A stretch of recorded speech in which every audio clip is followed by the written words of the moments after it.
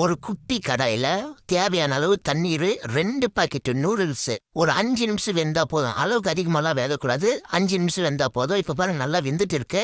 இப்ப இது வந்து ஒரு குட்டி தட்டுல எடுத்து போட்டுக்க போறோம். எடுத்துச்சு. அடுத்து தேவையான அளவு எண்ணெய், தேவையான அளவு கடுகு, கேரட்டு, வெங்காயம், கொத்தமல்லி, பீன்ஸ், கருவேப்பிலை. இப்ப எண்ணெயில போட்டு வெங்காயத்தை வதக்குறோம். நல்லா வதக்கணும். அதுக்கப்புறம் பீன்ஸை வதக்குறோம். நல்லா வதக்கணும். வதக்கிட்டு கேரட்டை போட போறோம். கேரட்டை வதக்கணும். அடுத்து கருவேப்பிலை போடுறோம். தக்காளி போட்டுக்கிறோம். தக்காளி போட்டு நல்லா வதக்கணும்.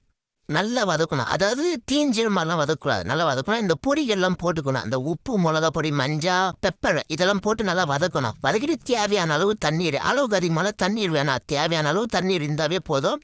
இப்போ வெந்து போனா இந்த நூடுல்ஸ் தூக்கி இப்போ போட்டு மசாலா போட்டு கலக்கணும். இப்போ 2 முட்டை போட்டுக்க போகிறோம். உனக்கு எவ்வளோ வேணுமோ போட்டுக்கோங்க. 2 முட்டை போட்டால் போதும்.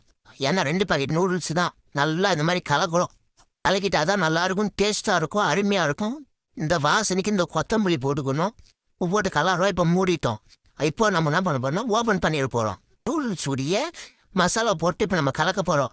நல்லா கலக்குன்னு கலக்க போகிறோம். இப்போ பாருங்கள் நல்லா கலக்கிச்சா. அடுத்து இது வந்து ஒரு குட்டி தட்டில் எடுத்து போட போகிறோம். நல்லா வெந்துருச்சு. சிக்கன் ரைஸ் மாதிரி அருமையாக இருக்கு பாருங்கள். எக் ரைஸ் மாதிரி இருக்குது பாருங்கள். சூப்பராக இருக்குது பாருங்கள். இந்த மாதிரி நீங்கள் செஞ்சு பாருங்கள். உண்மையில சொல்கிற தரமாக இருக்கும். வேறு லெவலில் இருக்கும். நன்றி, வணக்கம்.